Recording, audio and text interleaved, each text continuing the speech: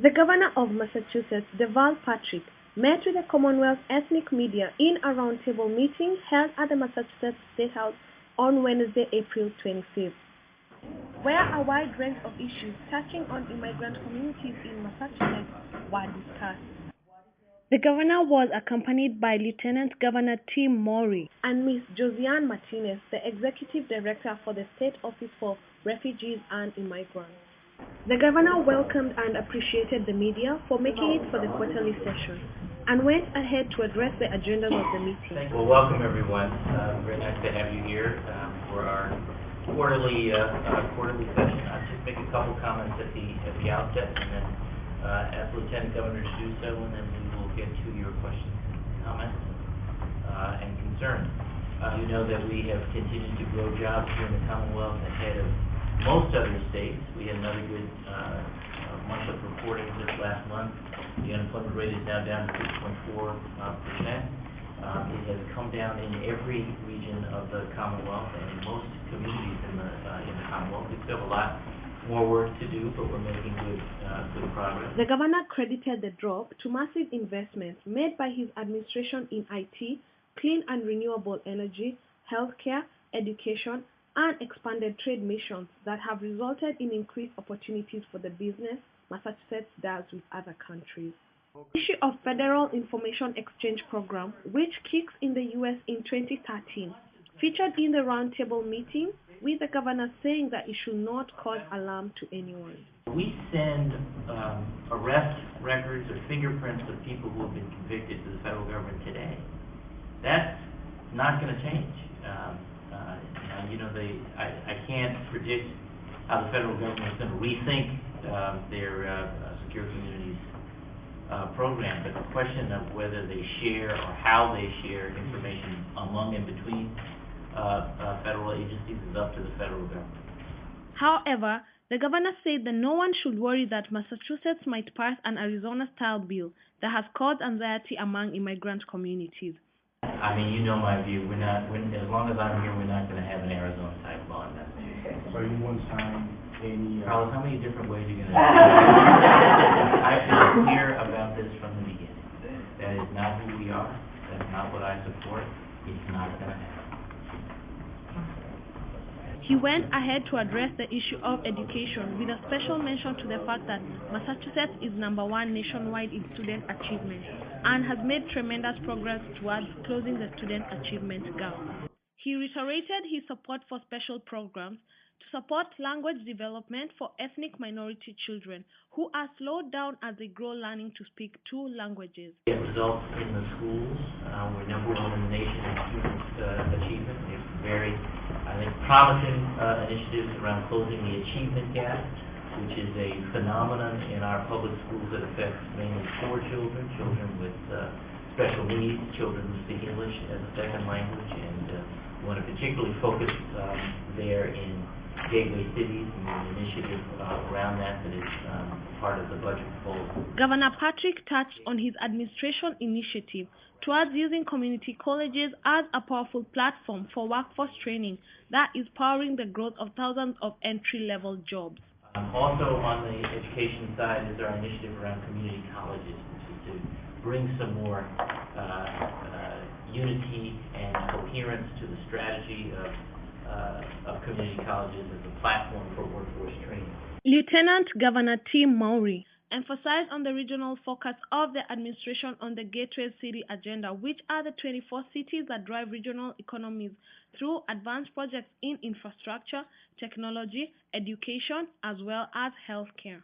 Encouraging young people, especially women and minorities, to pursue academic majors and ignite interest in science, technology, and math. So part of the governor's aggressive agenda in and around education and closing the achievement gap.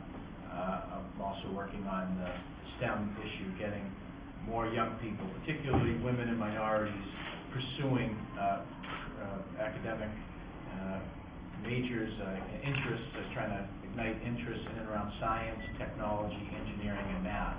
Because no matter what region of the state you come from, the jobs that the governor just talked about where there are vacancies, invariably a significant number of them are require people with skills around science, technology, engineering, and math. Ms. Martinez spoke on what her office does, saying they are working tirelessly to support refugees and ensure they establish economic stability, looking for ways of helping refugee physicians and encouraging business startups by ethnic entrepreneurs. She said it was a good thing for ethnic communities in Massachusetts that Governor Patrick's priorities were the same priorities they have. Language access plan for each of the agencies. So all of the agencies have now language access plan to better reach to different communities. We're working now on implementing those language access plans. We are working on priorities that not only support the immigrant community, but also support the governor's priorities. And as you can see, the governor's priorities are very much about our priorities. Closing the achievement gap, talk about us. Access to health care, that touches on us too. Safe and successful initiative that touches on us. So our outreach is, through ethnic media outlets, letting people know about the governor's priorities, but also we have a specific ideas in terms of the New Americans agenda, and I mentioned some of them. Governor Patrick also said that education opportunities to immigrant children who have grown up in Massachusetts should be treated the same as any other American children who have grown up here. I think we should treat young people who have grown up in Massachusetts and gone to Massachusetts schools and graduated from Massachusetts high schools the same when it comes to Massachusetts public higher education. And I think that that ethics and good conscience is on our side. I think that you know how difficult it has been to get the attention of the legislature on this issue in a positive way. He said the anti-bullying law he signed in the Commonwealth was a good thing in helping address the serious problems in the school system, but it was far from being the final solution. On bullying, I'm very proud to have been able to sign an anti-bullying law a couple of years ago now. I'm also proud of how it came to be. The issue of illegal firearms was brought up as to what Massachusetts has done to make it safer from gun violence, with the governor saying that the administration was doing whatever it can from its end to reduce gun violence across communities. The governor also asked ethnic entrepreneurs to utilize resources set up by his administration in order to grow their businesses locally as well as become players in the lucrative import and export businesses. Of entrepreneurship that goes back a long, long time. By the way, it has everything to do with the rounds of immigrants who come in year after year, generation after generation. I think people see a stability in government policy, including tax policy, which has been, taxes are very competitive. We're investing in the things that, back to the point about thinking long term, that will assure our strength over time, education chief among them, and more in infrastructure, roads and rails and bridges and broadband expansion. One of the things I would suggest to you, and maybe in the nature of getting the word out, is that we have an Office of International Trade and Investment called MOITI, M-O-I-T-I. It's led by Ken Brown. Maybe you can get the contact information around. Small businesses can do a lot of export work. It's easier today than it ever was in the past. And that office is in place to help Massachusetts small businesses do export work, or import work for that matter, but do business globally. Reporting for Ajabu Africa, Njeri Mbure in Boston, Massachusetts.